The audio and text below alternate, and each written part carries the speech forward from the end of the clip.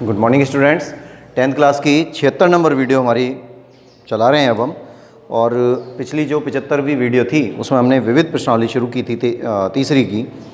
तो विविध में भी हमने क्वेश्चन नंबर 8 तक कंप्लीट कर लिया था, है ना। तो मैंने आपसे ये भी कहा था कि विविध कोई अपने आप में नई प्रश्नावली नहीं है। ये पुराने जितने भी क्वेश्चन हम पढ़ के आते हैं पिछले वाली प्रश्नावली के, उन सब का एक रिवीजन होता है।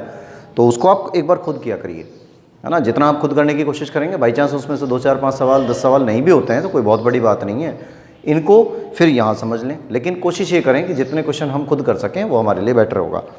तो क्वेश्चन नंबर 9 से शुरुआत हम करते हैं। और क्वेश्चन नंबर 9 देखिए। 90 में क्या बोला गया कि व्यंजकों 8a² b² c तथा 20a³ b³, पहले तो लेते हैं जो पहला व्यंजक है 8a² b² और c, उसके बाद है 20 a³ b² और c, ab³, a है फिर b³ है और c² है ना। ये दिया हुआ है और इसका SCF पूछ रहा है।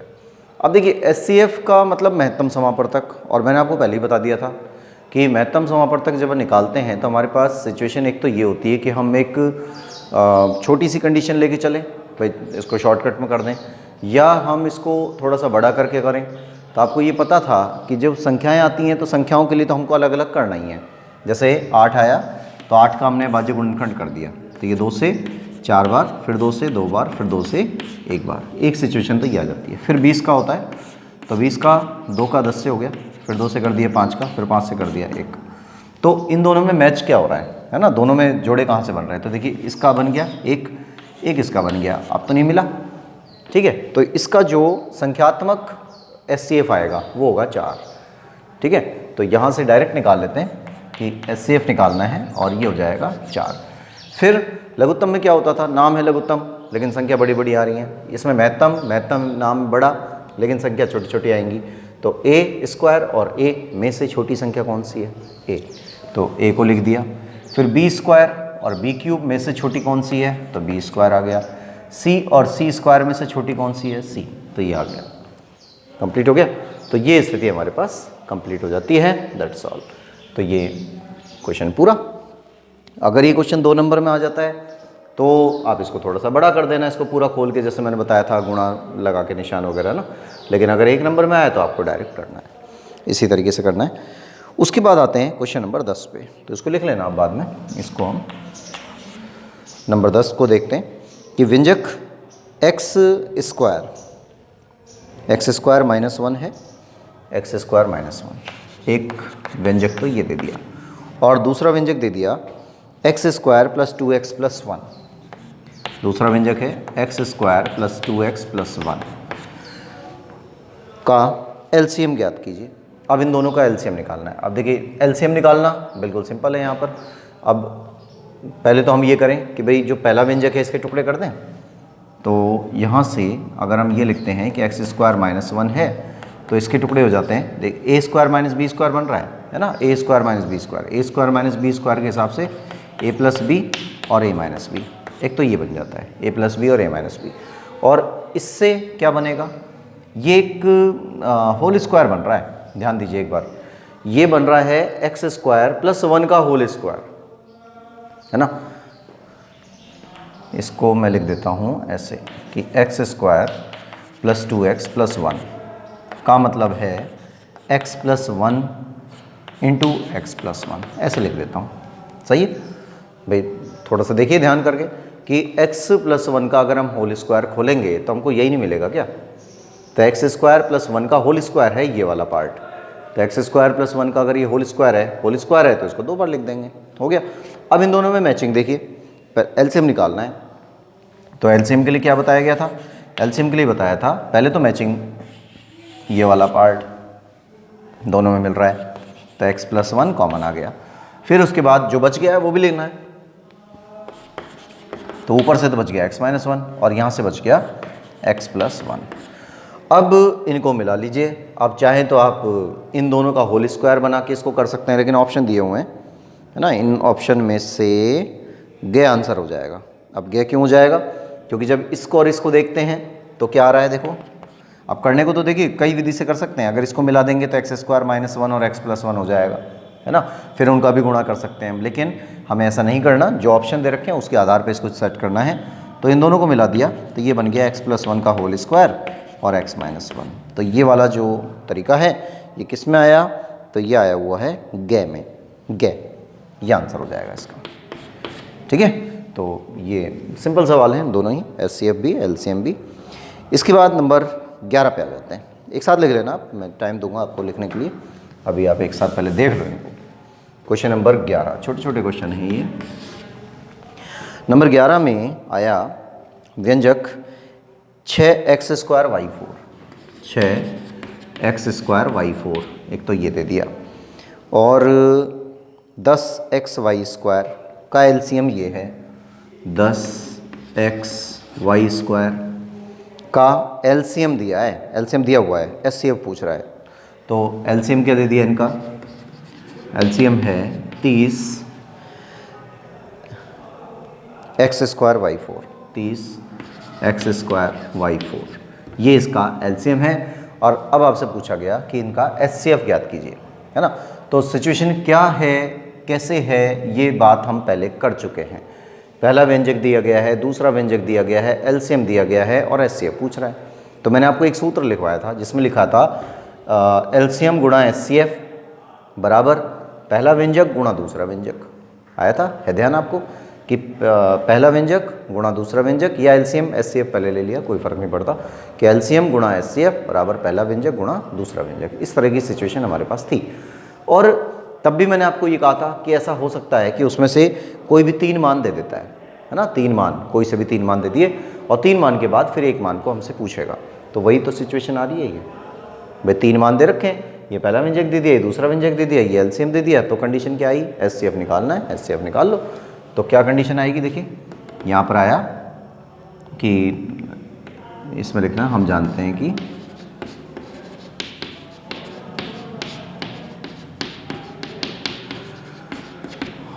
हैं कि एलसीएम गुणा एचसीएफ बराबर पहला व्यंजक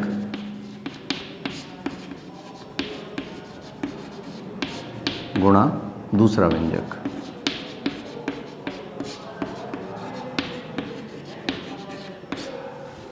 ठीक है, तो एलसीएम की जगह पर 30x स्क्वायर वाई 4 गुणा एचसीएफ बराबर पहला व्यंजक क्या है? 6x स्क्वायर वाई 4 गुणा दूसरा व्यंजक क्या है? 10x Y square.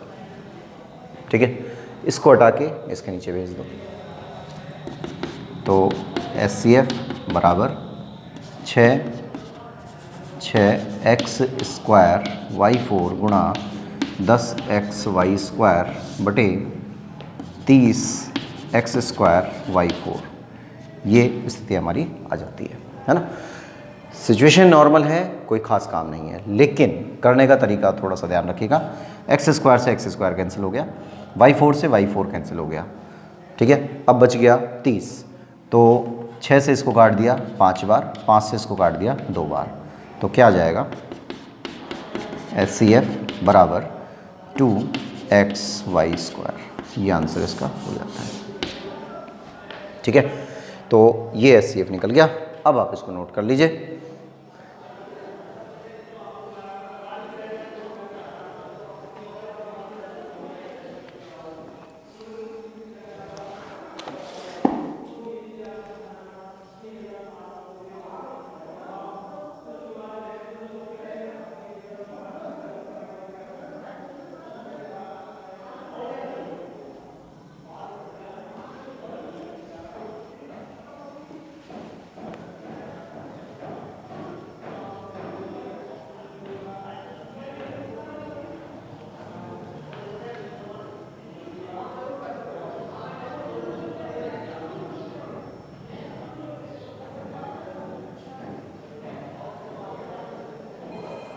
ठीक है, ये सिचुएशन हमारी हो गई।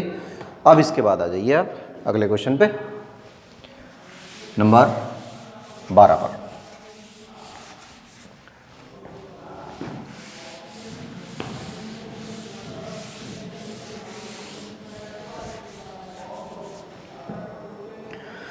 नंबर 12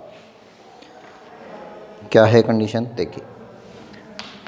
नंबर 12 है कि द्विघात समीकरण ax² प्लस bx प्लस सी के मूल ज्ञात करने की श्रीधराचार्य सूत्र लिखिए। तो ये तो नॉर्मल बात है ना, इसमें तो कोई खास काम है नहीं।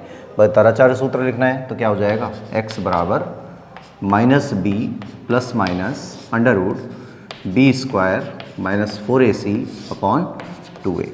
बस ये हो गया। तो केवल सूत्र की बात कर रहा है, कोई सिचुएशन नहीं दी, और जो सिचुएशन उसने दी है तो वो ax² प्लस bx प्लस सी है। ये द्विघात समीकरण का मानक रूप होता है। इसी मानक रूप को जब हम सॉल्व करते हैं, सॉल्व करने के बाद ये सूत्र तैयार होता है।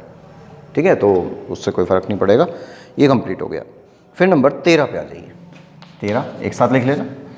13 है कि समीकरण ax² by, ये by नहीं है, इसको bx करिए, ये मिसप्रिंट हो रहा है। तो ax² प्लस bx प्लस सी बराबर 0 के विविक्त करके व्यापक रूप लिखकर मूलों की प्रकृति ज्ञात कीजिए। तो मूलों की प्रकृति हमें बतानी है। तो ये सिचुएशन वही रिपीट हो रही है, पहले हम कर चुके हैं इस काम को। तो जब हम देखिए मूलों की प्रकृति, तो यहाँ लिख देते हैं ax² प्लस bx प्लस सी बराबर 0 में विवेचक या विविक्त कर क्या होता है। तो d बराबर, या d भी बोल देते हैं, डेल्टा भी बोल देते हैं ना, कुछ भी लिख सकते हैं। तो b² माइनस 4ac होता है। ये तो इसका व्यापक सूत्र हो गया, मतलब इसका सूत्र विवेचक का फॉर्मूला है ये। ठीक है, यहाँ तक का काम खत्म। फिर उसके बाद ये पूछा है कि मूलों की प्रकृति बताइए। यानी हमने आपसे कहा था, उस टाइम पर मैंने एक डायग्राम बनाया था और उसमें 3 प्रकार से हमने इस काम को किया था, कि 3 प्रकार बताए थे कि ये 0 के बराबर हो सकता है, ये ग्रेटर देन 0 हो सकता है, ये लेस देन 0 हो सकता है। तो जब ये 0 के बराबर होगा तो मूल कैसे होंगे, वास्तविक होंगे, बराबर होंगे। अगर ये ग्रेटर देन 0 होगा तो मूल वास्तविक होंगे और असमान होंगे। और अगर ये लेस देन 0 हो जाता है तो मूल असमान होंगे और काल्पनिक होंगे। तो एक पे ही काल्पनिक होते हैं, लेस देन 0 पे, बाकी सब पे पॉजिटिव होता है। तो नंबर 1 ले लेते हैं पहले, फिर हम लेते हैं कि यदि d बराबर 0 है ना, d लिख रहा हूँ सीधा, इसको लिखने की ज़रूरत नहीं है, ये आप समझ लीजिएगा कि b² माइनस 4ac का मतलब हो जाता है d बराबर 0। यदि d बराबर 0 है तब मूल वास्तविक,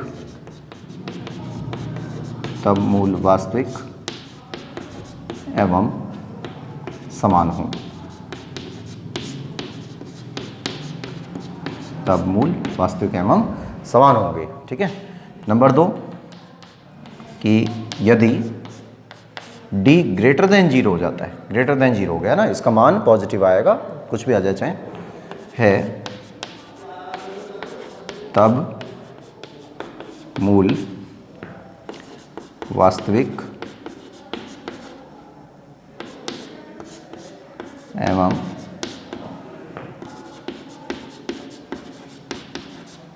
असमान होंगे। दूसरी स्थिति आ जाती है। तीसरा नंबर आता है, तीसरी सिचुएशन है कि यदि d लेस देन 0 हो जाता है तब मूल काल्पनिक,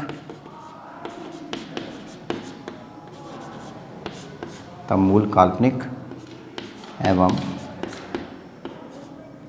असमान होंगे।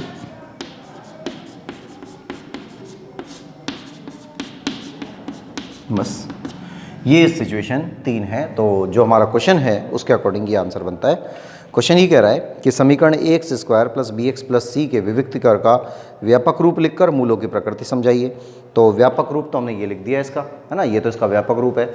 और मूलों की प्रकृति समझाइए, तो मूलों की प्रकृति ये आएंगी। तो 3 मूलों की प्रकृति आती है। ठीक है, इसको लिखिए, फिर उसके बाद नेक्स्ट पे आते हैं।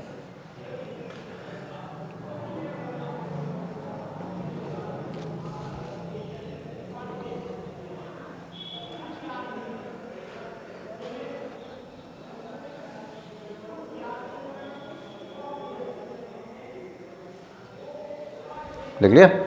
अब आ जाते हैं नेक्स्ट पर।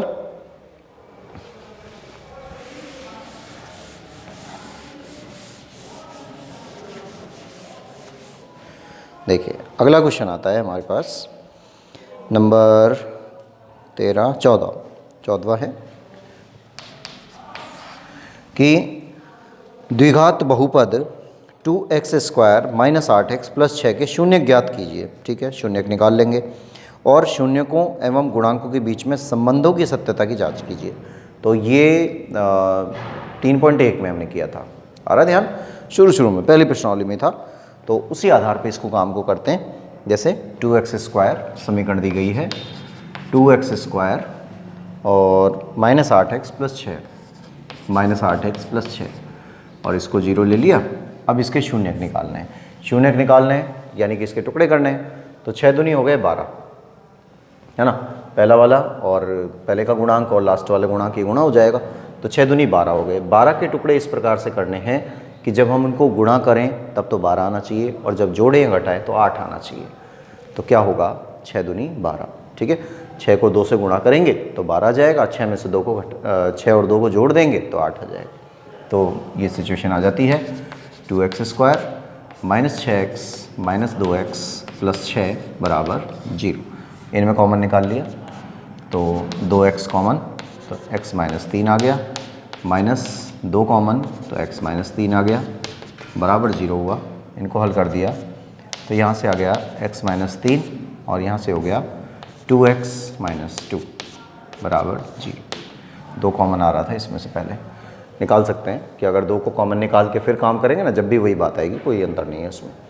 ठीक है, तो यहाँ से एक बार जब इसको 0 लेते हैं तो x माइनस 3 बराबर 0 आया, यानी x बराबर 3।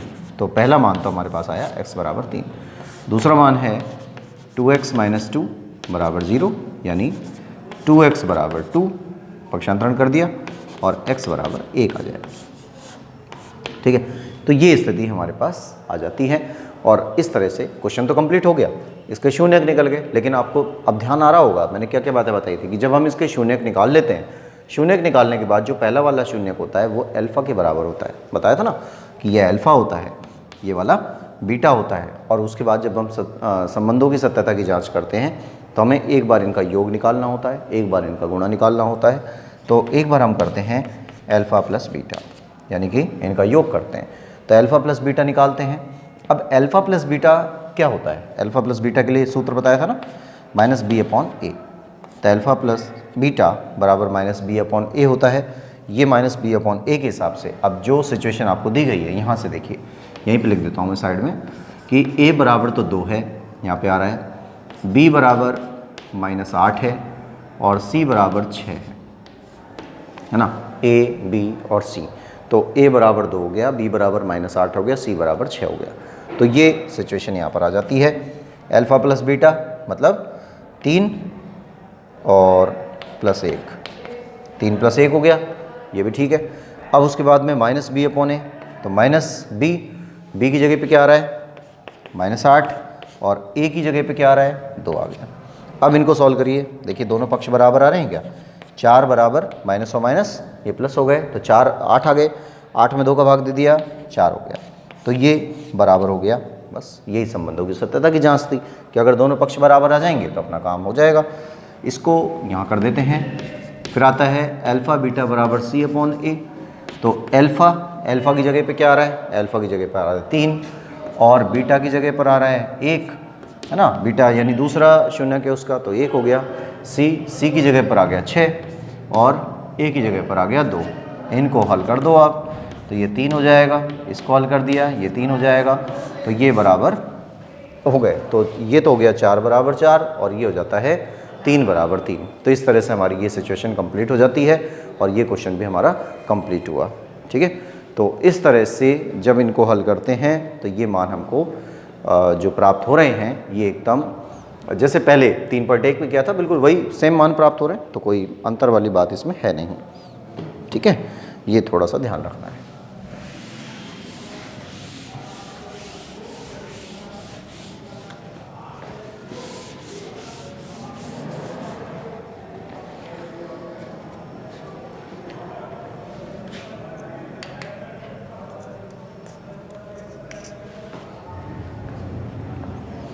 नंबर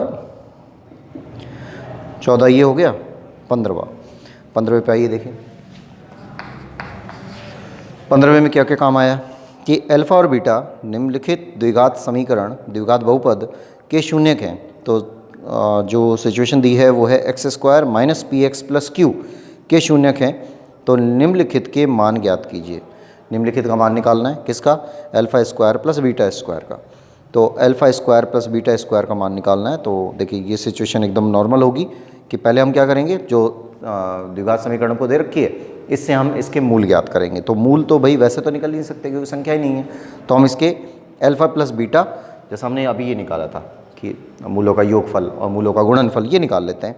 जब उसका मान निकाल लेते हैं उसके बाद हम इसमें मान रख देंगे और ये वैल्यू आ जाएगी।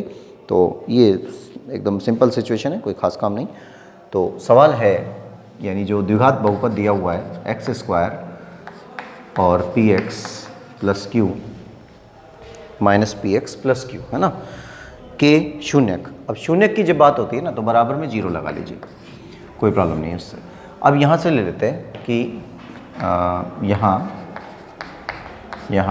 a बराबर 1, b बराबर माइनस p और c बराबर q, ये तीन चीज़ें हमारे पास आ जाती हैं। a बराबर 1 हो गया, b बराबर माइनस p हो गया, c बराबर q हो गया। ठीक है, यहाँ तक जब ये सिचुएशन कंप्लीट हो जाती है फिर उसके बाद में जब हम अपना काम करते हैं तो हमसे पूछा गया a² प्लस b² का मान ज्ञात कीजिए। दो सवाल है इसके अंदर। तो पहले हम निकाल लेते हैं अल्फ़ा प्लस बीटा। अब देखिए a, b और c के तो मान ले लिया हमने, तो अल्फ़ा प्लस बीटा क्या होगा? अल्फ़ा प्लस बीटा होता है माइनस b अपॉन a।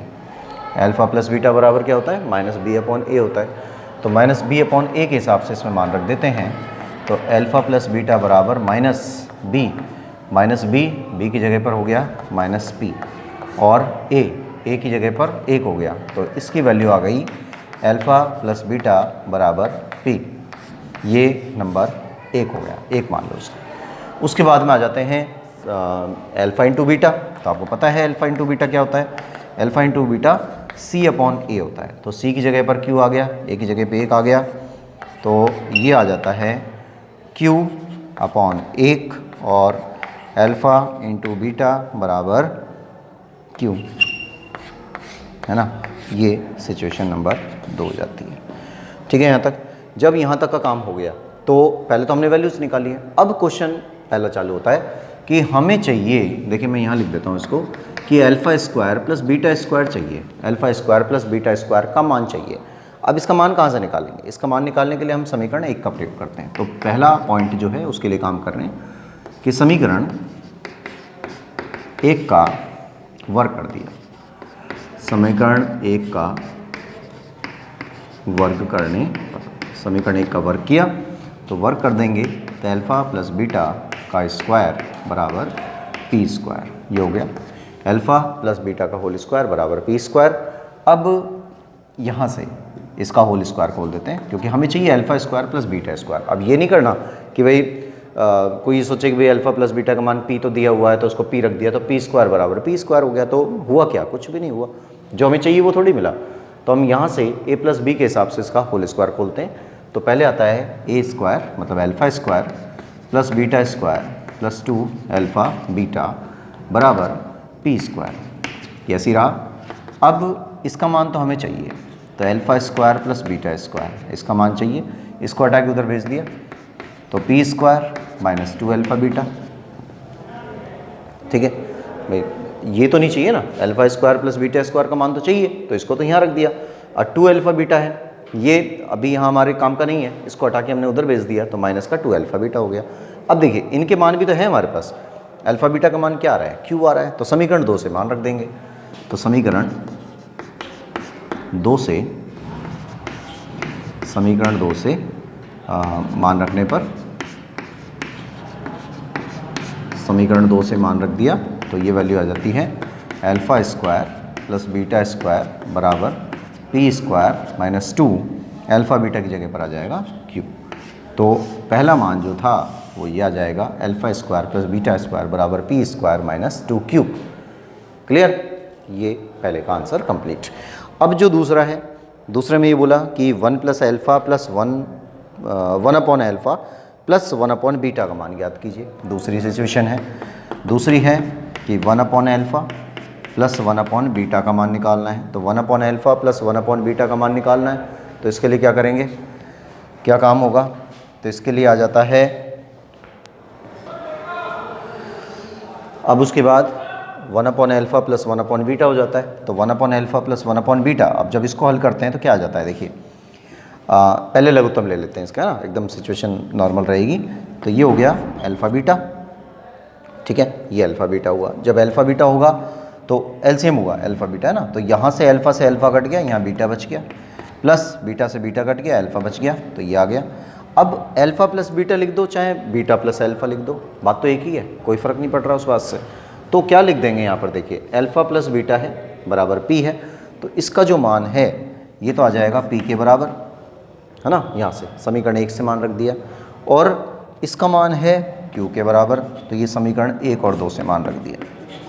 तो समीकरण 1 व समीकरण 2 से, तो समीकरण 1 व समीकरण 2 से ये मान हमने रख दिए यहाँ पर। बोलिए कोई दिक्कत है यहाँ तक, कोई प्रॉब्लम नहीं है ना, तो सीधा सीधा ये मान कंप्लीट हो जाता है, और इसके बाद हम अपना काम कंप्लीट कर लेते हैं, कोई दिक्कत नहीं है। बस यहाँ तक के लिए बहुत है आज के लिए।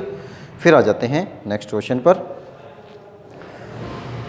कंप्लीट करते हैं इसको आज, है ना, और फिर नेक्स्ट वीडियो में करेंगे अब।